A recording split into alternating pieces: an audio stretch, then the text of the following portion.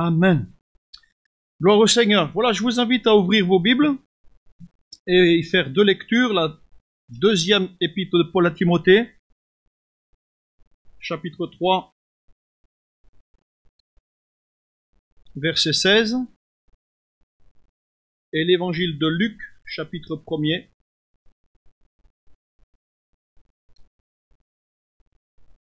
de Timothée 3, 16.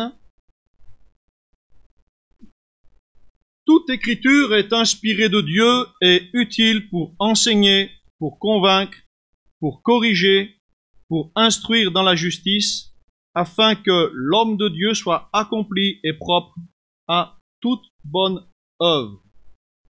Et dans Luc, chapitre 1er, verset 1er, plusieurs ayant entrepris de composer un récit des événements qui se sont accomplis parmi nous, suivant ce que nous ont transmis ceux qui ont été des témoins oculaires dès le commencement et sont devenus des ministres de la parole, il m'a aussi semblé bon, après avoir fait des recherches exactes sur toutes ces choses depuis leur origine, de te les exposer par écrit d'une manière suivie, excellent Théophile, afin que tu reconnaisses la certitude des enseignements que tu as reçus.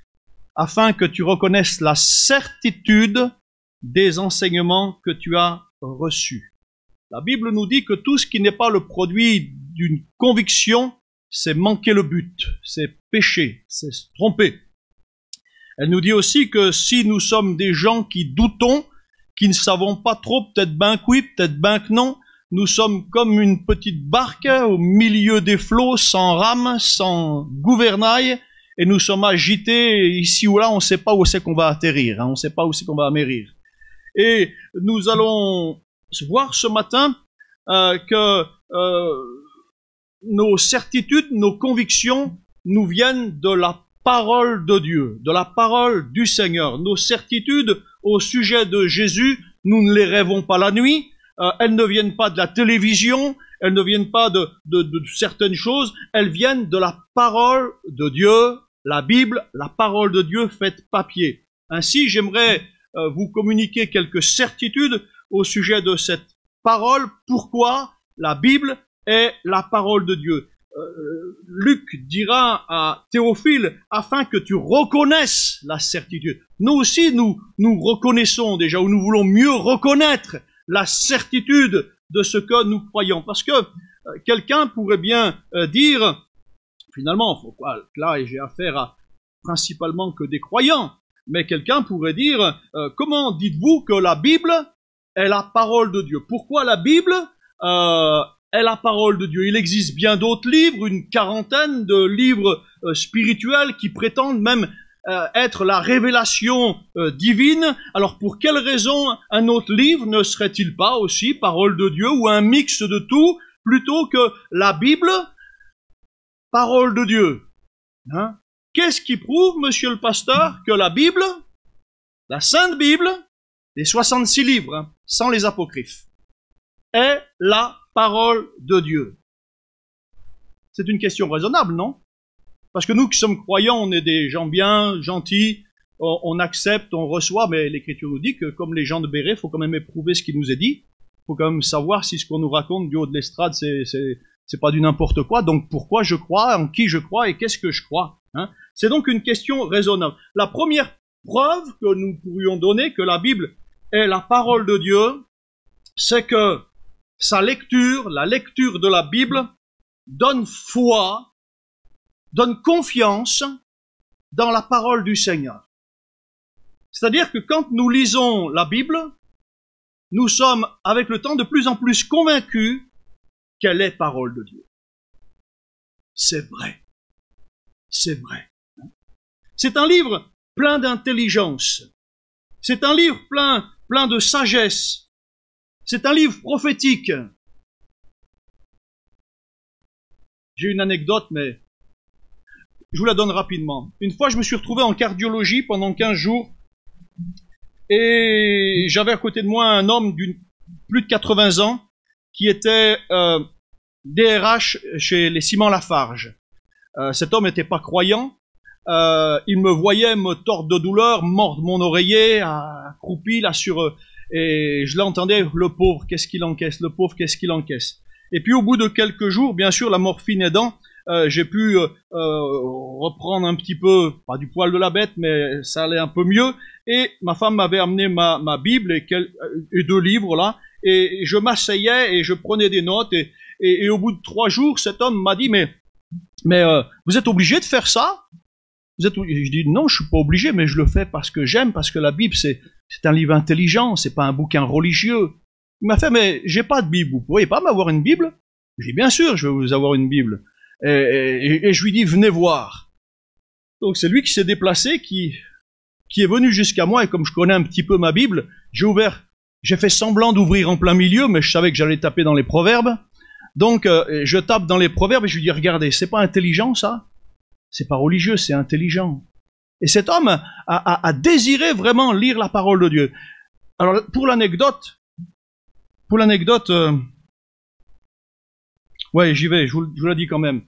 Pour l'anecdote, cet homme était en cardiologie parce qu'il avait eu des problèmes cardiaques, mais il avait été obligé d'être sondé, donc il n'était pas dans le bon service. Il aurait dû être dans le service médecine. Il avait dû être sondé par en bas. Et quand moi j'allais mieux, ma femme m'avait apporté, c'était en plein été, un petit vaporisateur Evian. Ça vaporise de l'eau. Donc je m'en étais mis, je m'étais approché de lui pour lui en mettre sur le visage parce que je lui avais demandé s'il en voulait, il m'avait dit oui. Donc je l'avais aspergé, il était tout content. Et ce monsieur avait baissé son drap pour me montrer donc ce pansement qui était vraiment dans un sale état parce qu'il n'était pas dans le bon service. Et j'ai compris que ce papy me demandait s'il voulait que je vaporise. Et c'est ce que j'ai fait. Et je suis retourné à ma place. Et le jour d'après, il m'a demandé donc cette Bible. Et moi, en lui donnant une Bible, j'ai calé un marque-page, mais alors vraiment à l'arrache, sans savoir où je le mettais. J'ai mis un marque-page à un certain endroit, je savais même pas où. Et dans les 15 jours, donc, je voyais qu'il lisait de temps en temps la Bible. Et un jour, il me dit « Ah, pasteur, j'ai lu le passage que vous m'avez marqué et ça m'a beaucoup parlé. » Je dis « Mais quel passage ?» Comme c'était un DRH, c'était quelqu'un ni croyant, ni quoi que ce soit, j'avais marqué juste au début « Je vous souhaite bonne lecture et prompt rétablissement, Philippe Cabot, pasteur, bref. » Vous voyez l'humour de Dieu, hein. Je dis, mais quel passage vous avez lu? Quel passage vous a marqué? Eh bien, le passage où David doit ramener 100 prépuces de Philistins. Vous imaginez un peu? C'est un passage que vous demandez à lire aux gens, ça? Mais ce passage lui a parlé. Ben oui, parce que c'était son souci. Et c'est par là, comme quoi Dieu sait tout, Dieu connaît tout, l'humour de Dieu aussi, c'est vraiment incroyable, quoi. Que cet homme a été touché, moi jamais j'aurais calé. On met un psaume, on met que l'Éternel te garde et te bénisse, vous voyez, tous des trucs comme ça, bien gentillets. Mais là, bim, bam, boum, voyez.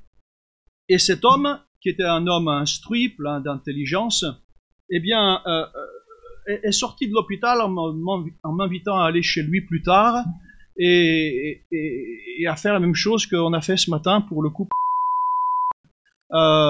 Voyez comme quoi Dieu se sert de sa parole pour toucher des cœurs et donner foi dans la lecture du livre. On aura encore envie de lire ce livre parce que notre confiance va grandir au fur et à mesure que nous lisons la parole de Dieu. Comme vous, j'ai lu quelques œuvres poétique, quelques-unes des plus belles pages de l'un, de l'autre, de Voltaire, et j'ai lu une fois, mais voilà quoi, c'est intéressant, oui, mais la Bible, depuis 1979, je la lis pratiquement tous les jours, et j'en suis pas rassasié, quoi. J'ai pas fait le tour. J'estime mal la connaître encore, et c'est vrai, j'estime mal la connaître.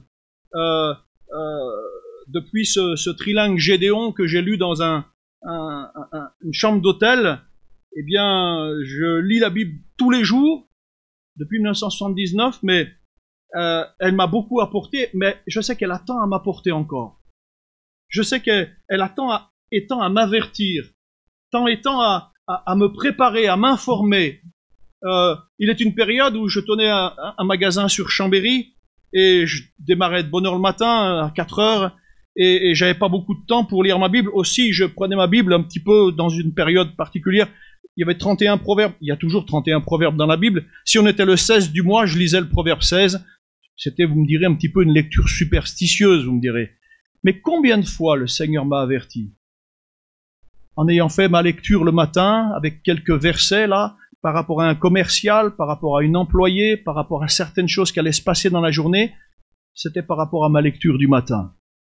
Et la Bible donne confiance en la parole de Dieu. Un savant, un docteur théologien, professeur à Neuchâtel, du nom de Frédéric Godet, a dit ceci à la fin de sa vie: « J'ai passé toute ma vie à étudier l'évangile de Jean, et si j'avais encore une autre vie, j'étudierais encore l'évangile de Jean. » Voyez-vous, c'est dire combien ce livre est inépuisable, combien même les théologiens comme Godet, comme Bonnet et d'autres encore n'ont pas pu, au terme d'une vie de travail, épuiser le contenu de la révélation de ce livre. Donc c'est par la foi que nous, croyants évangéliques, nous savons que ce livre est inspiré de Dieu. C'est par la foi que nous reconnaissons que l'univers a été fait par la parole de Dieu, de sorte que ce qu'on voit n'a pas été fait à partir de choses visibles à l'œil nu. Notre Dieu est créateur. Il fabrique, il fait tout, même à partir de rien. Alléluia. Il tire ce qu'il veut du néant. Et ça me fait bien plaisir, parce que quand on voit nos vies, quand on s'approche du Seigneur, on est parfois ras les pâquerettes. Et on ne croit plus en rien, c'est pas vrai?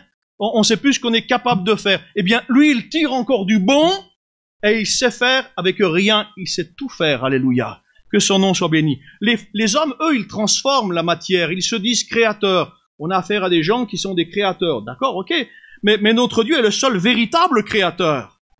Parce que, par sa parole, il crée toute chose. Il dit et la chose arrive. Du néant, il crée ce qu'il veut. Nous croyons que Moïse, concernant le Pentateuque, Genèse, Exode, Lévitique, Nombre, Deutéronome, les 5 premiers livres de la Bible, nous croyons que Moïse donc nous a donné le récit de la création du monde, mais il n'y était pas à la création du monde. Il n'y était pas. Il n'a pas vu. Nous croyons que c'est rempli du Saint-Esprit, poussé par le Saint-Esprit, que Moïse a écrit ce que Dieu lui révélait concernant des siècles et des siècles avant lui. Moïse vivait au temps des Égyptiens, il y avait les hiéroglyphes, et vous savez qu'à un moment donné, il a dû partir chez Jéthro, son beau-père. Mais c'est dans ces régions-là que l'écriture cunéiforme, c'est-à-dire a pris forme.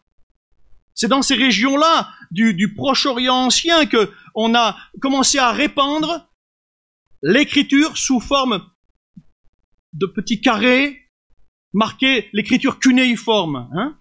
Et Moïse va nous raconter, donc c'est ce qui va faire que la parole, le Pentateuque, va aller dans tout le Proche-Orient. Moïse va nous raconter l'histoire du jardin d'Éden, mais Moïse n'était pas encore né. Moïse n'a jamais passé une soirée couscous avec Adam et Ève. C'est le cas de le dire, il les connaissait ni d'Ève ni d'Adam. Mais en tout cas, c'est par révélation que Moïse a consigné par écrit les choses que nous avons dans la Genèse. Tout comme Noé a reçu aussi par le Saint-Esprit les plans d'un bateau, il les a reçus par révélation, ces plans, et les a mis en application. Tout comme Moïse a reçu aussi les plans d'un tabernacle, avec le détail. Tout comme David aussi recevra par révélation le détail des plans d'un temple, le premier temple. Alors tout ce que je viens de vous dire concernant la confiance, la foi qui grandit en lisant la parole de Dieu, ça va bien aux chrétiens, ça. Ça va bien aux gens d'église comme vous, aux gens qui sont convaincus déjà que la Bible c'est la parole de Dieu. Mais pour les saint Thomas, s'il y en avait un seul au milieu de nous ce matin, pour les incrédules, pour les non-croyants, mon histoire là, elle vous suffit pas et j'en suis bien conscient. Alors on va passer à autre chose. Une deuxième preuve que la Bible, c'est la parole de Dieu, c'est la cohérence de la parole de Dieu. La cohérence de la parole de Dieu. Vous savez que la Bible, c'est un recueil de 66 livres. Vous avez une bibliothèque là. 66 livres, avec 40 auteurs différents, sur une période d'environ 1500 années. Il y a des savants, il y a des rois, il y a des bergers, il y a des poètes, il y a des fonctionnaires, il y a des médecins comme Luc, qui ont écrit ce qu'ils ont reçu de la part du Seigneur. Et ce qui est étonnant, c'est que tous ces gens qui venaient, on va dire, de bords différents, d'horizons différents, de cultures différentes, de langues différentes, de générations différentes, sur 1500 ans, alors que la plupart de nos livres à nous sont valables un temps, après il faut les réviser. Hein. Qui de vous voudrait se faire soigner par un livre de médecine écrit il y a 100 ans? Ça vous intéresse? Quand on soignait tout par la trépanation? Non, ça intéresse personne. Hein. Eh bien, ma mère me disait que quand je suis né, les mamans qui étaient enceintes, elles restaient 10 jours après l'accouchement à la maternité. Purée, maintenant, elles sortent presque le lendemain. Hein, donc les choses changent quand même, hein. Les choses changent. Eh bien, la Bible, elle ne change pas. Ce qui est bon pour hier, c'est encore bon pour aujourd'hui. Ce qui était valable pour hier, c'est encore valable pour aujourd'hui. Les choses changent constamment. Dieu seul ne change pas. Le ciel et la terre passeront, dit le Seigneur, mais ma parole ne passe pas. L'Écriture, la Bible ne contient pas une seule phrase qui soit scientifiquement incorrecte. À l'époque où la Bible fut écrite, on croyait que la terre était plate, mes amis. On croyait que la terre était plate. Il y a 2700 ans pourtant, Ésaïe a écrit, chapitre 40, verset 22, « C'est lui qui habite au-dessus du cercle de la terre. » Il a fallu qu'on attende, nous, comment il s'appelait l'autre? Galilée, merci. Oui, Galilée, cercle. Pour qu'on croie que la terre était ronde. Et encore. Et encore. Mais si les gens avaient lu la Bible et avaient cru ce que disait le Seigneur, ben, vous ne croyez pas qu'on aurait avancé un peu plus vite? Hein? Il est écrit encore dans le livre de Job, « Il étend le septentrion sur le vide, il suspend la terre sur le néant. » Il y a quelques siècles en arrière, certains croyaient que la terre était plate comme un disque et porté par des gros éléphants. On aime bien les bêtises. Hein. Et puis, Pierre dira ceci il y a 2000 ans, « En ce jour-là, les cieux passeront avec fracas, les éléments embrasés se dissoudront, et la terre, avec les œuvres qu'elle renferme, sera consumée. » Se dissoudront. Au début même du XXe siècle encore, on se servait de ce verset pour dire que la Bible ne pouvait pas être divinement inspirée parce qu'on savait à ce moment que rien ne pouvait dissoudre un élément. C'était sans compter avec quelques générations plus tard que l'on découvre la réaction nucléaire. Aujourd'hui, en un instant, et depuis Hiroshima ou depuis même, eh bien, on sait qu'en un instant, les éléments peuvent être dissous et qu'il ne reste rien. Qu'il ne reste rien. Voyez? Cette révélation de Pierre provenait-elle d'un simple pécheur comme il était ou d'une révélation du Saint-Esprit, dites-moi? C'est bien le Saint-Esprit, non?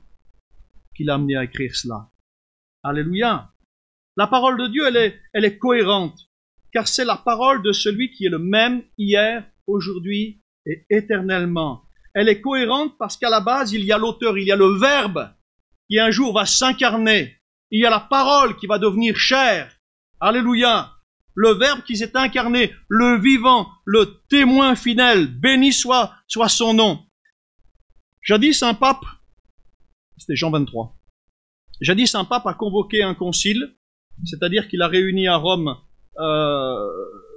tous les cardinaux, tous les archevêques du monde entier. Et c'était le concile Vatican II. Ça a duré de 1962 à 1965 quand même. Hein.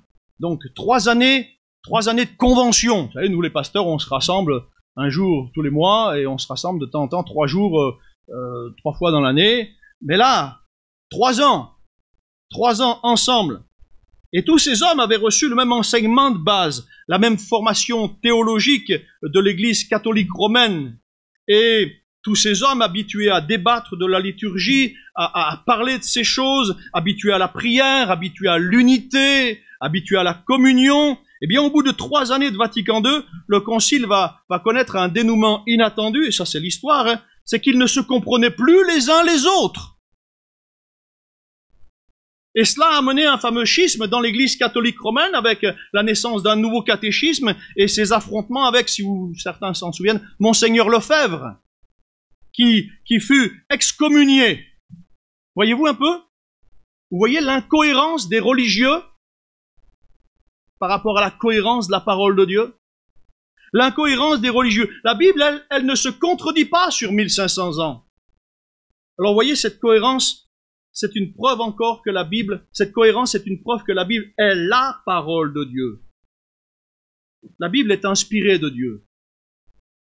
Quand vous lisez la Bible, quand vous écoutez la parole de Dieu, vous donnez à Dieu la possibilité de vous parler. Vous donnez à Dieu la possibilité de parler à votre cœur.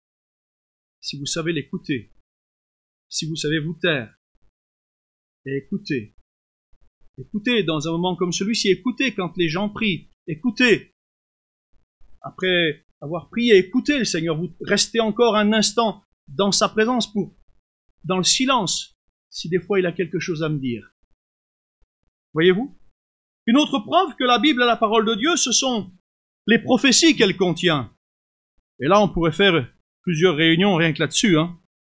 Alors, c'est quoi une prophétie? On n'est pas dans la prophétie du Nouveau Testament, dans l'Église, où l'exercice prophétique fait que on apporte quelque chose qui exhorte, qui édifie et qui console. On est dans la prophétie qu'on appelle de l'Ancien Testament. Une prophétie, c'est une parole, c'est une histoire qui est annoncée à l'avance. Et lorsque la prophétie s'accomplit, alors elle devient histoire. La Bible, pour plus d'un tiers de son contenu, est prophétique. C'est le seul livre au monde qui soit un livre prophétique d'ailleurs. Rien à voir avec toutes les bizarreries de Nostradamus, auxquelles personne ne peut comprendre rien, ni se mettre d'accord sur les significations, tant l'origine est ténébreuse, trouble et occulte. Les prophéties bibliques sont claires, sont compréhensibles, qu'un enfant s'y retrouve quand il lit la Bible. Le message prophétique a dévoilé l'avenir et les temps dans lesquels nous vivons à l'heure actuelle. Oh, on pourrait passer des heures à parler de certains textes, même de l'Apocalypse, pour vous montrer qu'on est déjà dans ces choses-là, et que c'est pas la révélation de ce qui va arriver plus tard, mais on est déjà dedans. Quand bien même l'Apocalypse, c'est pas un livre à lire de manière chronologique, mais il y a plusieurs tableaux, plusieurs clichés qui pourraient être pris de différentes manières. Comme quand vous montez sur la montagne, là, vous regardez un sommet, vous percevez qu'il y a un sommet derrière, mais au milieu, il y a une vallée, il y a des choses qui se passent, et voilà, et vous tournez là, il y a encore un sommet, il y a encore quelque chose, il y a encore un tableau. Donc, ne lisez pas la Bible comme vous lisez les 4 évangiles. Ne lisez pas la Bible. Ne lisez pas l'Apocalypse comme vous lisez, c'est pas la Bible, comme vous lisez les 4 évangiles. Par exemple, Dieu a voulu faire que donner aux hommes quelques grandes lignes quand même, avec des précisions sans pareil sur l'histoire de ce monde, afin que nous ayons des repères, que nous ne soyons pas à nous égarer. La déportation des Juifs en Babylonie, elle a été annoncée bien avant, plusieurs siècles avant, 6 siècles avant. 6 siècles après, Nebuchadnezzar a déporté ce peuple jusqu'au bord de l'Euphrate, et tout cela, l'histoire le prouve, l'histoire l'a noté, et Jérémie l'avait annoncé, il avait même annoncé que cela durerait 70 années, cette captivité. Et c'est le temps que ça a duré. La venue de Jésus, tiens, j'aurais dû vous faire le projeter. La venue de Jésus, elle a été annoncée des siècles et des siècles à l'avance. Déjà, Genèse 3,15, hein, la postérité de la femme qui t'écrasera la tête. Mais le Messie qui devait naître à Bethléem, Michée, chapitre 5, verset 1, c'est 750 ans avant Jésus-Christ, ça. Que le Messie naîtrait à Bethléem, que le Messie naîtrait d'une vierge, c'est 700 ans avant Jésus-Christ, Ésaïe 7,14. Que le Messie devrait entrer triomphalement à Jérusalem, c'est 400 ans, 500 ans avant Jésus-Christ, par Zacharie. que le Messie serait trahi par un de ses proches. C'est 1000 ans avant, psaume 41, que le Messie souffrirait sur la croix, avec certains détails. C'est 1000 ans avant avec le psaume 22. Que le Messie devait rester silencieux devant tous ses accusateurs. C'est encore 700 ans avant avec Ésaïe 53.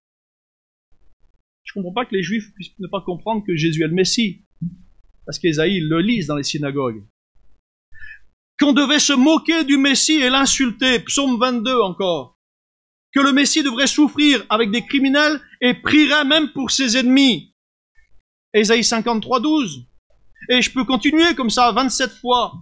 Que le Messie devait ressusciter 1000 ans avant. Psaume 16, verset 10. Que le Messie est maintenant à la droite de Dieu. Psaume 110, verset 1er. Et on peut continuer, la liste est longue. Il y a 25 prophéties pour les 24 heures de la croix, du jour qui précède la croix et jusqu'à la croix. La venue de Jésus a été annoncée. Et manque de chance pour les Juifs, ils ne l'ont pas reconnu parce qu'ils attendaient un Messie de prestige, ils attendaient un Messie glorieux, un Messie militaire qui anéantirait l'occupant romain, qui domine sur le monde. Alors attendant un monarque, ils n'ont pas reconnu le serviteur de l'Éternel. Ils n'ont pas reconnu un berger. Ils n'ont pas reconnu Jésus. Plus proche de nous encore, plus proche de nous, vous me direz, dans notre ère, Jésus avait annoncé la destruction de Jérusalem, la destruction du temple. Quand vous verrez l'abomination des abominations se produire, bien que ceux qui sont ici fuient dans les montagnes, vous connaissez ces passages de l'évangile de Matthieu, chapitre 24. Jésus avait annoncé, parce que les disciples avaient dit, ah Seigneur, ces pierres, elles sont magnifiques. Et Jésus leur dira, il ne restera pas pierre sur pierre qui ne soit détruite. Oh, c'est pas possible. On a mis des siècles à construire ce temple et en un instant, ce temple il serait détruit. Jésus a dit ces choses en l'an 34 de notre ère environ. Et 35 ans plus tard, l'empereur Titus, qui revenait de colonie, mais il n'avait pas pu faire ce qu'il voulait faire au loin, et gagner ce qu'avait gagné en son temps Alexandre le Grand, eh bien il va mettre le siège à Jérusalem, parce qu'il fallait qu'il rentre à Rome avec quelque chose. Et là, il n'avait rien. Donc il a mis le siège à Jérusalem parce que on entendait parler de ces gens qui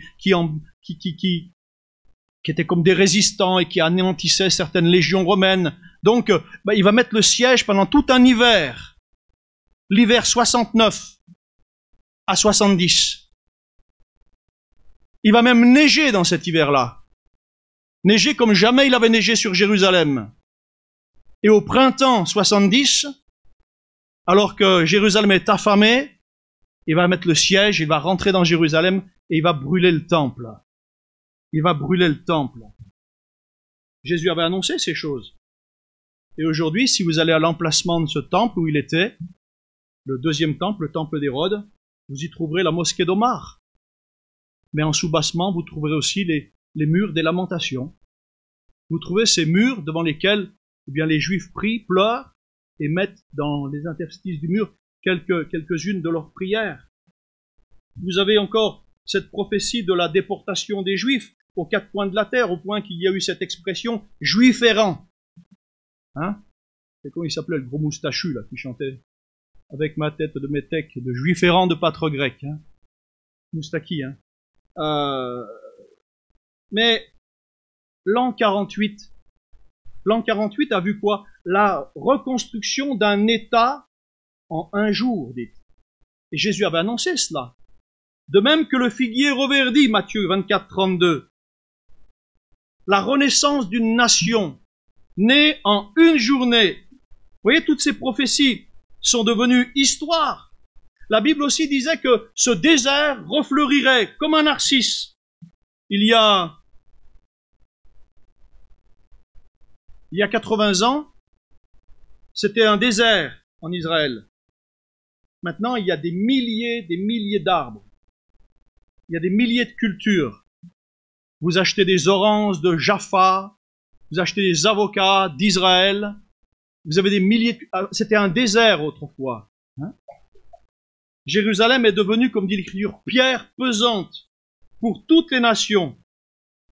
Depuis 1948, il se passe pas, allez, je vais être là, il se passe pas une seule semaine où on ne parle pas d'Israël.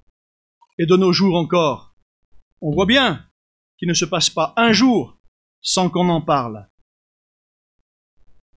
Un jour, l'empereur Frédéric II a dit à son médecin, « Docteur, en 3 mots, donnez-moi une preuve de l'existence de Dieu. » La célèbre réponse du docteur fut, « Sire, les Juifs !» Sire, les Juifs? Ben oui. Ésaïe 66 disait, à peine en travail, Sion a enfanté un fils. À peine en travail, elle a enfanté un fils. Ézéchiel 36, 24, le retour des Juifs vers leur terre fut annoncé, ce qu'on appelle la diaspora. L'existence d'Israël comme un État, c'est un miracle de Dieu, à plus d'un titre. Je dis à plus d'un titre, parce que aucune nation, aucun autre peuple, qui n'ayant plus de terre, a su conserver pendant plus de 2000 ans son identité. C'est pas vrai, ça? Deuxièmement, cette renaissance, bien que votée par les nations en 48, fut sans cesse contestée, surtout par les pays arabes, les fils d'Ismaël. Et toutes les guerres qu'ils ont pu livrer à Israël se sont soldées par de surprenantes défaites. Guerre des 6 jours, et j'en passe, et d'autres, avec des dénouements dont on ne pouvait même pas s'attendre. Israël, c'est un si petit pays qu'un proverbe dit que quand vous êtes dans le train en Israël, si vous mettez la tête dehors, vous n'êtes plus en Israël. Ouais. Mais Dieu regarde ce pays. Quand même ils ne sont pas tous à Christ, mais Dieu regarde ce pays. C'est sa terre. C'est la terre qu'il a choisie. Et les hommes prennent le risque de lutter contre Dieu. Les hommes veulent refaire l'histoire. Oui, on veut refaire l'histoire concernant Jérusalem. On veut refaire l'histoire concernant ce pays. Ce retour aussi était accompagné par la renaissance de la langue hébraïque, qui, de langue morte, en 48, est redevenue une langue vivante. Donc, vous voyez, et on pourrait comme ça continuer un moment. Je vais avancer en vous disant qu'on peut donner encore d'autres preuves. Une 4e preuve que la Bible, c'est la parole de Dieu. Eh bien, nous l'avons avec l'archéologie. Le Seigneur avait dit, s'ils se taisent, les pierres crieront. S'ils se taisent, les pierres crieront. En 1847, on a planté des pioches autour du fleuve le Tigre et on a retrouvé des vestiges du temple dédié à Ishtar. Ishtar, c'était la divinité de Ninive. Ça vous dit quelque chose, Ninive? Jonas va à Ninive. Et ces retrouvailles ont été englouties sous 7 couches de décombres. C'est là que Jonas a crié « Repentez-vous encore tant de jours, sinon vous mourrez !» Et c'est là que, étonné, il a vu tout un peuple se repentir. Et Dieu a fait grâce à celui qui se repent. Ils auraient dû se convertir, parce que 40 ans plus tard, ils sont tous morts. Il y a une différence entre se repentir et se convertir. On doit d'abord se repentir, et puis se convertir. C'est-à-dire comprendre que ça ne va pas, se détourner, et se convertir, marcher autrement. Parce que si je marche comme pareil avant que je me repente, eh ben je finirai dans le mur. Et Ninive, ils ont fini dans le mur. À la fin du 19e siècle, on a retrouvé les mines du roi Salomon dont il est question dans l'Ancien Testament, avec ses fours à ventilation naturelle. L'archéologie prouve que la Bible dit vrai, est inspirée de Dieu. En 1950, on a retrouvé ces fameux manuscrits de la mer Morte. Vous en avez certainement entendu parler. Plus grande découverte. Ce bédouin qui avait perdu une de ses chèvres, qui était monté là et s'était enfilé d'un koumram dans une grotte. Il a buté sur quelque chose, c'était un bout de vase, il a gratté, il a trouvé quelques amphores. Et dans ces amphores, il y avait ces parchemins qui dataient de 2000 ans. Parce que ce qu'on nous reprochait aux chrétiens, c'est que nous n'avions pas de manuscrits avec des preuves écrites sur ces périodes dont la Bible nous parle. Nous n'avions qu'un seul manuscrit du 2e siècle et 4000 manuscrits qui dataient du 4e et du 6e siècle, ils sont au Muséum de Londres. Et quand on a découvert ces jarres à Qumran, quelle découverte! C'est comme si Dieu avait gardé en réserve pour les incrédules à venir les preuves que sa parole est la vérité. Comme pour fermer la bouche aux moqueurs quelque part. Comme pour fermer la bouche aux incrédules. Dans ces jarres, il y avait écrit plus d'un siècle d'histoire avant Jésus-Christ et plus d'un siècle d'histoire après Jésus-Christ. Donc cela confirmait les évangiles. Cela confirmait la parole de Dieu. Il y avait aussi une partie de ce rouleau d'Ézéchiel qui était exposé à Paris il y a quelques années en arrière, dans les années 90, et le livre d'Ésaïe. Habakkuk avait raison en disant « La pierre crie du milieu de la muraille et elle raconte l'œuvre de Dieu. » La pierre crie du milieu de la muraille, elle raconte l'œuvre de Dieu. Alléluia. Je vais terminer avec une dernière preuve que la Bible est réellement la parole de Dieu. Ce sont les mathématiques. Les mathématiques. Il y a eu un homme, mathématicien d'origine russe, Ivan Panine, qui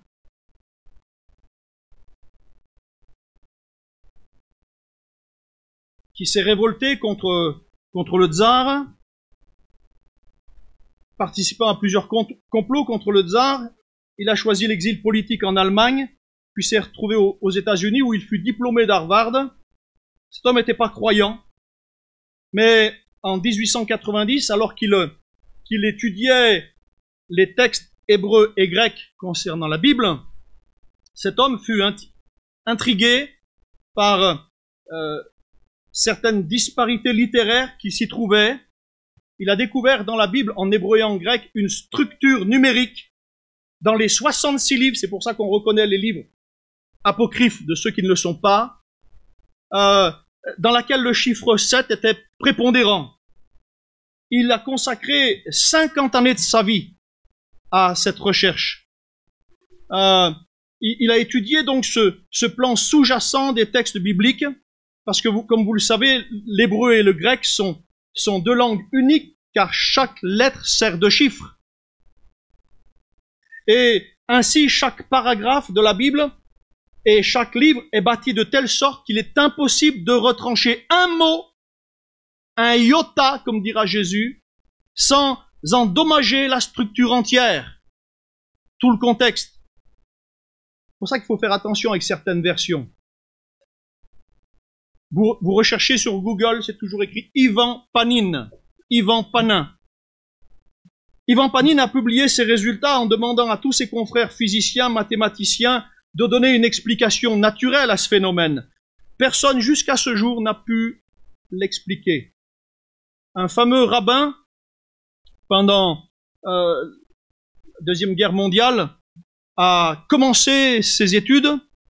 Il a trouvé aussi certaines choses qui ont été publiées. Ces rabbins, j'oublie son nom. Enfin, vous regarderez sur Google avec la suite d'Ivan Panine, vous verrez aussi les travaux que ce rabbin avait fait. Il a été déporté à Auschwitz et il a quand même laissé des écrits concernant la structure numérique de la Bible. Mais pour dire que la Bible a son propre système protecteur d'authenticité, chers amis. Vous entendez cela? Son propre système protecteur d'authenticité. Aucun livre ne peut le prétendre. Aucun livre, soi-disant saint, ne peut prétendre à cela. Alors voyez, chers amis, la Bible est la parole de Dieu. Jésus aura raison de dire, celui qui me rejette et ne reçoit pas mes paroles, il a son juge. La parole que je vous annonçais, c'est elle qui vous jugera au dernier jour. Que faisons-nous de la Bible? Aujourd'hui, on est capable d'avoir plein de Bibles chez soi. L'important, c'est pas d'en avoir 36, mais c'est d'avoir une bonne version et d'y revenir et d'en faire, j'allais dire, une nourriture journalière, de nourrir votre âme avec ce que Dieu dit. Alléluia. L'inspiration de la Bible a été remise en question au XVIIIe et XIXe siècle par des religieux, par des théologiens, par des philosophes, comme s'ils avaient voulu effacer Dieu. comme s'ils avaient voulu effacer Dieu. Et au milieu du XXe siècle, voyez-vous, eh bien, avec un Russe, donc quelqu'un de non-croyant, un communiste, l'humour de Dieu encore, avec un Russe, eh bien, on a prouvé le contraire. On a prouvé le contraire. Hein? La Bible, c'est pas un livre d'hommes qui nous parle de Dieu, c'est le livre de Dieu qui parle à l'homme. C'est le livre qui me parle. C'est le livre qui vous parle. Écoutez la parole de Dieu. Lisez la parole de Dieu. C'est le livre utile qu'il nous faut connaître, qui nous fait connaître le Seigneur sous son vrai jour. Alléluia. C'est ce livre utile qui nous donne les meilleurs conseils pour notre vie. C'est ce livre qui nous donne le meilleur remède contre toute espèce de mal. Alléluia. Le bon sens veut que l'on s'inquiète du message de ce livre. Alléluia. On peut prier le Seigneur. Merci pour ta parole, mon Dieu, mon Père. Voulons la serrer dans notre cœur, afin de ne pas pécher, de ne pas nous égarer dans nos idées farfelues parfois. Nous vantant d'être sages, nous pouvons devenir fous. Nous croyons intelligents, nous pouvons devenir quelconques. Et Seigneur mon Dieu, nous fourvoyer dans bien des domaines. Seigneur, ta parole est la vérité, une lumière sur notre sentier. Tu nous éclaires, non pas semblable à un phare qui projette au loin, mais à chaque pas que nous avançons, Seigneur, nous savons où nous pouvons mettre les pieds. Parce que Seigneur, tu demeures avec nous, et nous voulons demeurer dans ta parole. Que ton nom soit béni à jamais, Seigneur. Alléluia. Ta parole soit toujours annoncée dans nos assemblées. T'en prions, que nous connaissions ta parole. T'en supplions, Seigneur. Alléluia.